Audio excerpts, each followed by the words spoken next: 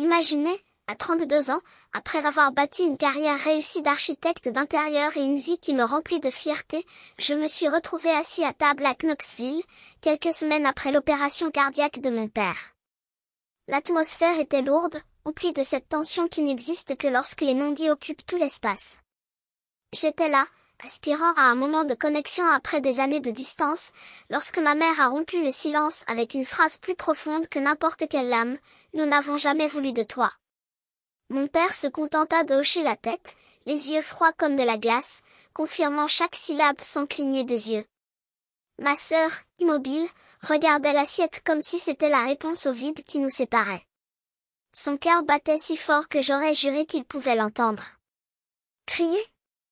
Pleurer? Tout semblait petit à côté de ça. Mais je restais silencieux, tandis que mon esprit bouillonnait de 1000 pensées. Comment ont-ils oublié tout ce que j'ai fait pour eux?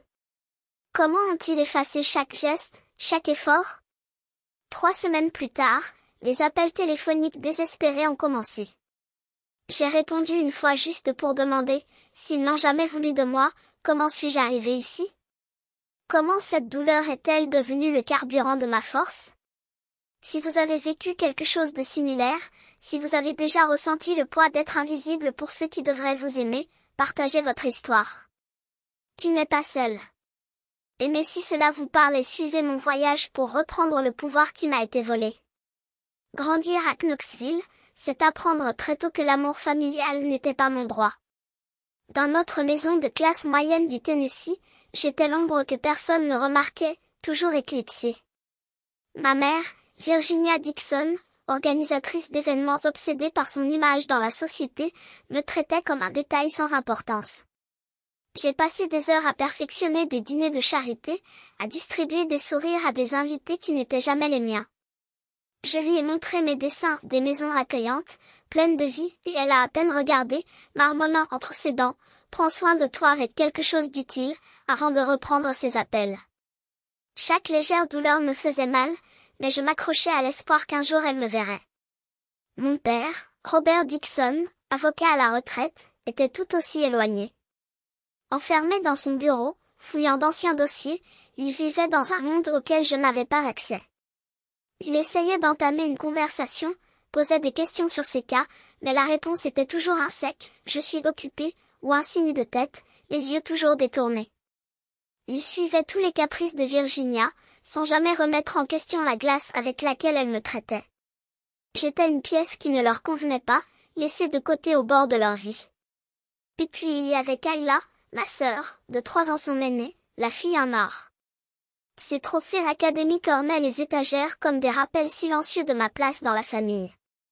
Elle se promenait dans la maison avec une confiance que je n'avais jamais eue, tandis que mes parents la comblaient d'éloges. « Tu vas loin », disait-il, le visage illuminé d'une fierté que je ne connaissais pas. Mes bonnes notes? Un regard fugace, vite oublié dès que Kayla a remporté un autre concours d'art oratoire. J'étais le surplus, la fille dont on n'avait pas besoin. C'est dans le dessin que j'ai trouvé refuge. Dans mon petit coin, j'ai créé des chambres douillettes et des cuisines ensoleillées, des lieux où les familles riaient ensemble. Ces traits étaient mon refuge, un monde où je comptais. Jusqu'au jour où Virginia a trouvé un de mes projets une maison de rêve, pleine de chaleur et l'a jetée de côté avec un dédain tranchant. Ne perdez pas de temps avec des bêtises. Depuis, j'ai caché mes croquis, les protégeant de votre indifférence. Courtney Walsh, ma meilleure amie depuis la maternelle, était mon phare. Sa maison était bruyante, pleine de frères et sœurs et encombrée, mais vivante. Nous nous sommes assis sur le porche, dégustant les brownies faits maison de sa mère, parlant d'école et de rêves. Lorsqu'elle a vu mes dessins, ses yeux se sont illuminés. « Adrienne, un jour tu dessineras de vraies maisons comme celle-ci. » Ces paroles étaient une lueur d'espoir dans mon monde glacial. Je me suis battue pour leur affection. À 8 ans, j'ai rejoint la chorale de l'école, dans l'espoir qu'ils viendraient à mon spectacle. Virginia a eu un rendez-vous avec un client. Robert était trop fatigué. Je me tenais sur scène, cherchant leur visage dans le vide, le cœur se serrant. À 10 ans, j'ai essayé le basket, pensant qu'ils allaient enfin me soutenir. Mais le même jour, il y a eu le concours d'orthographe de Kayla, et ils l'ont choisi sans hésitation. Chaque rejet ouvrait une blessure plus profonde, mais j'ai persisté, désespéré d'être vue. L'école est devenue mon bouclier. Je me suis consacrée à étudier non seulement pour mes notes, mais aussi pour prouver ma valeur. Mon professeur d'art, Miss Larson, vous avez vu mon talent. Avec un doux sourire, j'ai épinglé mes dessins au tableau. Adrienne, tu as un vrai don. Ces paroles étaient un baume, mais elles ne comblaient pas le vide de la maison. Je reviens à la distraction de Virginia ou au silence de Robert, saisissant chaque compliment de Miss Larson comme une armure. À 12 ans, la vérité est devenue claire, les réalisations de Kayla ont conduit à des dîners de famille et à des cadeaux. Mes efforts? Épaules froides. J'ai entendu un jour Virginia se vanter auprès d'un voisin de sa fille brillante, sa voix débordante de fierté. Il s'agissait de Kayla. Je restais dans l'ombre, la gorge nouée, comprenant que cela ne suffirait jamais. Pourtant, je n'ai pas abandonné. J'ai continué à dessiner, à étudier, à attendre, mais quelque chose en moi a commencé à changer, une force tranquille, une détermination à construire une vie où leur approbation n'était pas une monnaie d'échange. Adolescente, le désir d'amour brûlait encore, mais maintenant il brûlait d'une flamme plus grande, le besoin d'être seule. À 15 ans, je n'étais plus l'enfant silencieux qui mendiait des miettes d'affection. Je voulais des réponses. Et cela signifiait affronter ma sœur.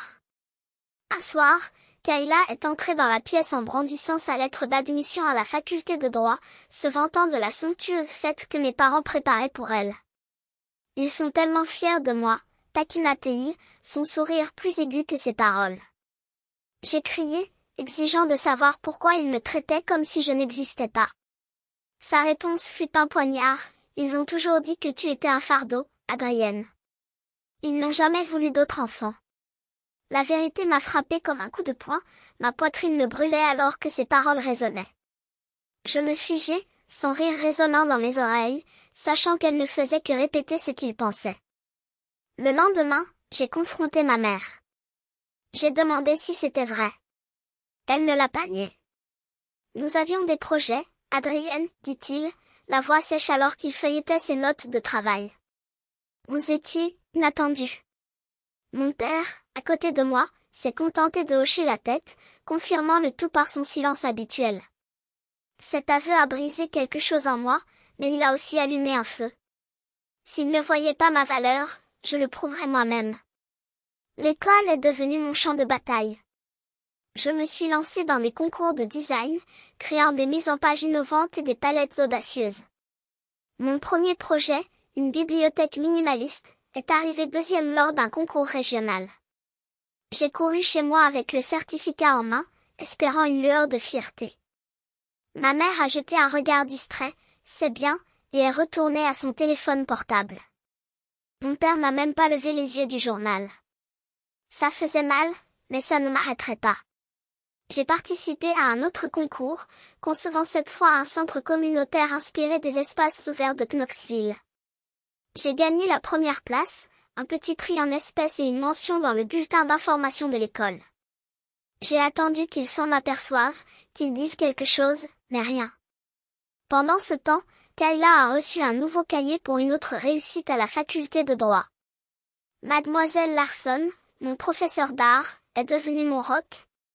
Quand il a vu mon projet de bibliothèque, il m'a appelé après les cours.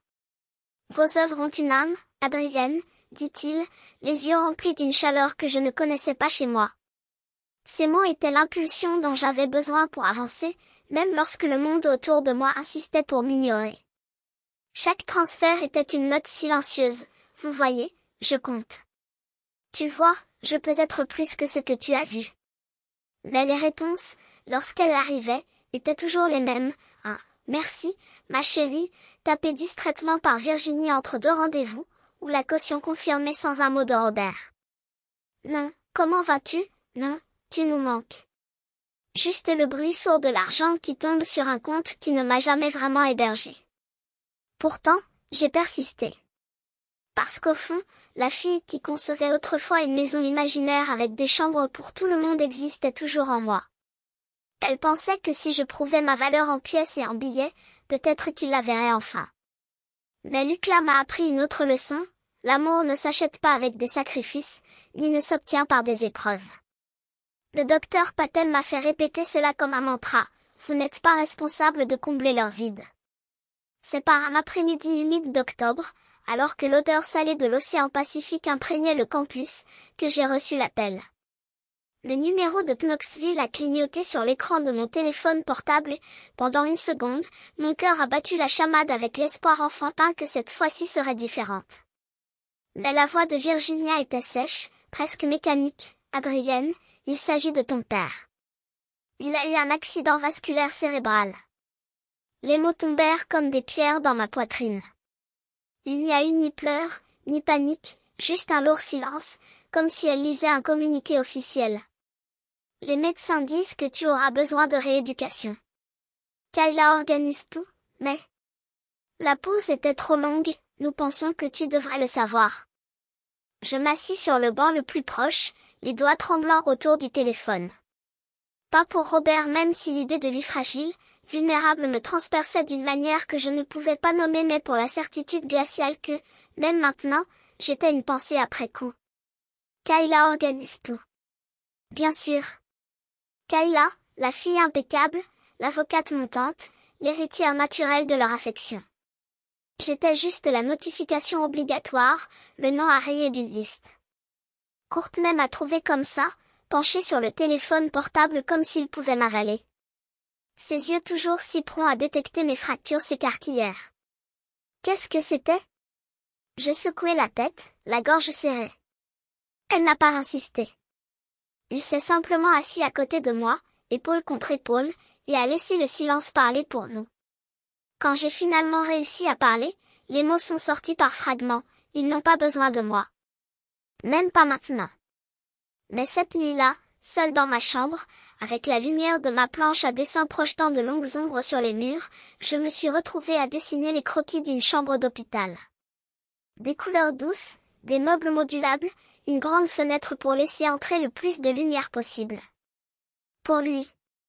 Mes doigts tremblaient tandis que j'ajustais les lignes, comme si en dessinant un espace de guérison, je pouvais aussi guérir ce que nous n'avions jamais eu. Dans le coin de la page, j'ai écrit « Éclairage à intensité variable pour les jours où il a mal aux yeux ». Des étagères basses pour qu'il n'ait pas à s'étirer. Des détails que Virginia ne remarquerait jamais. Ce que Kayla appellerait une exagération sentimentale. Le lendemain, j'ai appelé l'hôpital. L'infirmière qui répondit avait une voix fatiguée mais gentille. « Il est stable, chérie. La guérison prendra du temps. » J'ai demandé si je pouvais parler à Robert. « Il dort beaucoup, dit-elle. Mais laissez votre numéro. Je vous transmettrai le message. » J'ai raccroché sachant qu'il ne rappellerait jamais. Kayla m'a envoyé un message 3 jours plus tard, concis comme toujours, « Papa va mieux. Pas besoin de venir. Il a ses études. » Il n'y avait pas de place pour la discussion, ni pour ma présence. C'était un message, pas une invitation. Et pour la première fois, je ne me suis pas sentie rejetée. Je me sentais libre. Comme si, en m'excluant même pendant la crise, on m'avait enfin donné la permission d'arrêter de frapper à la porte. Cette semaine-là, j'ai remis mon projet final pour la discipline Humanised Design, une proposition de refonte des ailes d'hôpital, axée sur la dignité et le confort. Mon professeur, en feuilletant les planches, s'est arrêté à la page avec la chambre que j'avais dessinée pour Robert. « C'est personnel », a-t-il noté. J'ai hoché la tête, sans expliquer. Ce n'était pas nécessaire. L'œuvre parlait pour moi, c'était la preuve que je pouvais transformer la douleur en quelque chose d'utile. Que ma compassion n'était pas une faiblesse, mais un super pouvoir. Lorsque la bourse pour un programme d'été à Milan est arrivée, avec une lettre louant ma vision empathique du design, j'ai gardé l'enveloppe sans en parler à personne à Knoxville. Il n'était plus nécessaire de leur prouver quoi que ce soit. Ma vie était désormais une esquisse en constante évolution et j'ai finalement tenu le crayon. L'air s'est échappé de mes poumons comme si quelqu'un m'avait percé la poitrine. La pièce tourna un instant les couverts contre la porcelaine, le rire forcé de Kayla, l'odeur du romarin brûlé dans la cuisine, tout devint un flou de couleurs et de sons déformés. Supplémentaire. Le mot résonnait, non pas comme une insulte, mais comme une phrase. Une vérité à laquelle il s'était accroché pendant des décennies, attendant le bon moment pour la porter comme un coup final. J'aurais dû voir ça venir. Chaque transfert ignoré, chaque anniversaire oublié, chaque regard vide lorsque je parlais de mes projets, autant d'indices que je refusais de lire. Mais là, sous la lumière jaune du lustre qui surplombait la table si soigneusement dressée, il n'y avait plus de place pour les illusions. Ce n'est pas tout simplement qu'ils ne m'aimaient pas. Ils n'ont jamais voulu de moi. Courtney m'a serré la main avec une force qui m'a ancré dans le présent. Ses doigts, chauds et fermes, étaient le seul véritable point de contact dans cette scène surréaliste. Je l'ai regardé, ses yeux sombres brillant d'une colère protectrice, et j'ai su qu'elle était sur le point de dire quelque chose qui briserait ces murs d'indifférence. Mais j'ai secoué la tête, juste une fois. Non, ça n'en valait pas la peine. Maya, toujours perspicace, repoussa sa chaise avec un grincement. Vous êtes géniaux, les gars, dit-elle, l'ironie dégoulinant de chaque syllabe alors qu'elle prenait son verre de vin. Vous avez réussi à transformer un dîner en séance de thérapie de groupe sans payer les services du thérapeute. Félicitations. Lucas, à ses côtés, déglutit difficilement, mais ne détourna pas le regard lorsque Virginia lui lança un regard noir. Il a juste tenu mon autre main, son pouce traçant des cercles réconfortants sur mon poignet. Kayla rit, un son faux et aigu. Dramatique comme toujours. Adrienne sait que ce n'est pas personnel. Elle but une gorgée de son martini, les glaçons pintant contre le cristal. C'est juste, eh bien, tu sais ce que c'est. Des familles compliquées et autres. Compliquées. Le mot était trop petit pour le poids qu'il portait. C'était un projet compliqué avec des délais serrés. C'était compliqué lorsqu'un client changeait d'avis à la dernière minute. Ce qu'il m'avait fait était cruel. C'était un choix délibéré, répété au fil des années, de me considérer comme une erreur à tolérer, jamais à accepter. Je me suis levée. Pas avec du drame, pas avec des larmes, juste avec un calme qui m'a surpris. L'Adrienne d'il y a des années aurait mendié des miettes d'affection, se serait excusée d'exister. Mais cette version de moi était morte un matin à Los Angeles, entre croquis de projets et comptes bancaires dans le rouge, alors que j'apprenais, petit à petit, que je méritais plus. Tu as raison, dis-je, ma voix si ferme que même moi j'étais impressionnée. Je suis extra. Un silence tomba sur la table. Même Kayla a arrêté de consulter son téléphone. Extraordinaire, continuai-je en ramassant mon sac. Extrêmement talentueux. Extraordinairement généreux, malgré tout. Je me suis tournée vers Courtney, Maya et Lucas, mon véritable refuge. Allez. Il y a un bar en ville avec mon nom dessus. Virginia ouvrit la bouche, mais aucun son n'en sortit. Mon père, pour la première fois de sa vie, semblait avoir trouvé quelque chose à dire, ses mains tremblaient sur sa serviette mais je n'ai pas attendu. Il ne restait plus rien pour moi. Pas même ma colère. Juste un vide propre, comme une toile vierge après avoir effacé un mauvais brouillon. Dehors, l'air nocturne de Knoxville était frais contre ma peau brûlante. Courtney m'entoura de ses bras, son parfum familier vanille et encre de stylo m'enveloppant comme un câlin dont je ne savais pas avoir besoin. Tu es tout, Adrienne, me murmura-t-elle à l'oreille. Il ne mérite même pas les miettes de ce que tu as construit. J'ai pris une profonde inspiration, sentant le poids des décennies se retirer de mes épaules. Pour la première fois, je l'ai cru. Et surtout, j'avais confiance en moi. Le dîner brûlait dans la cheminée de la maison qui n'était plus la mienne. Mais le matin, alors que le soleil se levait sur Chicago, j'étais dans mon bureau, un crayon à la main, en train de dessiner un avenir où je n'étais pas un extra, j'étais la pièce maîtresse. Et cette fois, personne ne pourrait m'effacer. Le projet de Chicago n'était pas simplement un travail de plus, c'était ma réponse silencieuse à des années d'invisibilité. Un centre communautaire avec des murs de verre recyclés, des toits verts qui respirent avec la ville et des espaces qui embrassent plutôt qu'excluent. Chaque ligne du design criait ce qu'il n'avait jamais pu entendre, je mérite d'exister ici. Je mérite d'être vu. La presse l'a qualifié de « révolutionnaire ». Les résidents, de « chez eux ». Et moi? Pour la première fois, Je n'ai pas eu à justifier ma place à table. La table était à moi. Tandis que Lucas essayait, avec son entêtement poli, d'entraîner Virginia dans une conversation sur les buffets et les horaires, elle le renvoya d'un geste si froid que même l'air de la pièce se figea. Ce ne sont pas tes affaires, coupa-t-elle, sans même le regarder. Mon père, ses doigts tambourinant sur la table comme s'il marquait le pas dans une vie qu'il ne savait jamais remplir, marmonnait quelque chose à propos de la nourriture, c'est bon, mais ces mots avaient un goût de sueur de bois. Kayla, toujours prête à porter le coup final, a ri comme si je lui avais raconté une blague tragique. Ne prétends pas que c'est de la charité, Adrienne. Tu veux juste te sentir supérieure. Chacune de leurs phrases était une pierre lancée contre le verre que j'avais poli pendant des années. Mais cette fois, au lieu de se fissurer, le verre reflétait sa propre laideur. J'ai servi le dessert avec des mains fermes, même si ma poitrine me brûlait comme si j'avais avalé des charbons ardents. Il mâchait en silence, inconscient du fait que chaque bouchée était une faveur qu'il n'avait jamais demandée ni remerciée. Lorsque Virginia a finalement laissé échapper un « merci », trop dur pour être sincère, j'ai su que ce n'était pas à cause de moi, mais à cause du protocole social, à cause de la performance d'une famille qui n'existait que sur des photos. Mon père s'enfonça dans le fauteuil comme si la gravité l'entraînait dans un puits qu'il avait lui-même créé.